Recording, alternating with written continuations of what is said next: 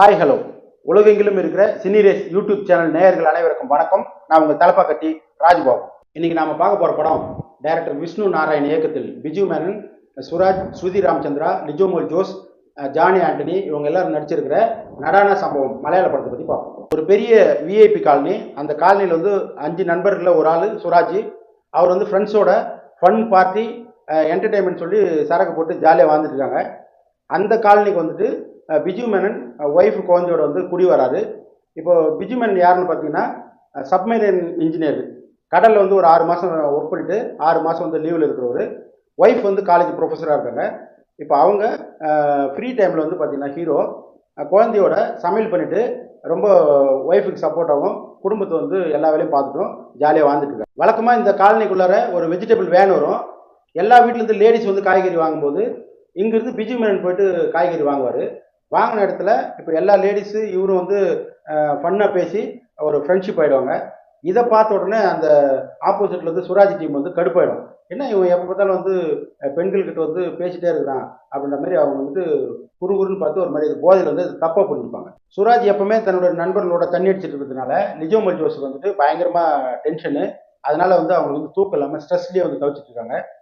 இப்போது சுராஜோட ஃப்ரெண்டு பார்த்தீங்கன்னா ஒரு ஆன்லைன் ஜேர்னலிஸ்ட்ன்ற மாதிரி சொல்கிறாங்க. அவனுக்கு எப்போவுமே பிஜு மேனன் வந்து எந்த லேடிஸ்கிட்ட பேசினாலும், எங்கே வெளியில் வந்தாலும், லேடிஸ்கிட்ட பேசியிருந்தாலும் வீடியோ எடுத்துகிட்டு சுராஜ்கிட்ட காட்டுறதே ஒரு பெரிய பொழப்ப வச்சுட்டு இருக்காப்புல.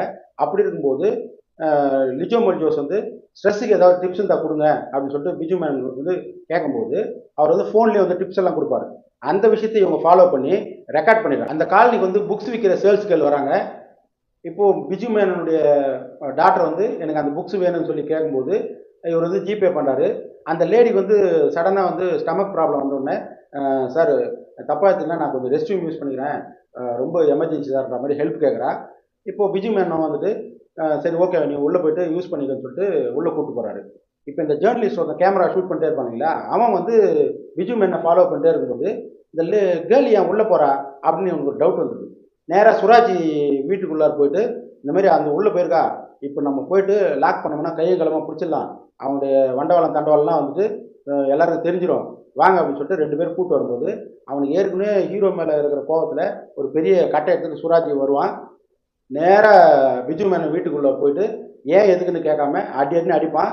இந்த ஜேர்னலிஸ்ட் வந்து என்ன பண்ணுவான்னா அதை வீடியோ ஷூட் பண்ணுவான். ஷூட் பண்ணி அந்த அசோசியேஷன் வாட்ஸ்அப் குரூப்பில் வந்து போட்ட உடனே அசோசியேஷன் தலைவர் வந்து ஃபோன் பண்ணி உன்னால் வந்து இந்த காலனி கெட்ட பேர் ஆயிடுச்சுப்பா, நீ இமீடியட்டாக வந்து காலி பண்ணிக்க, அப்படி இல்லைனாக்கா நான் வந்துட்டு போலீஸ் ஸ்டேஷனில் கம்ப்ளைண்ட் பண்ணுறேன் அப்படின்னு சொன்னோன்னே பிஜின் மேனுக்கு வந்து ஒன்றுமே புரியல.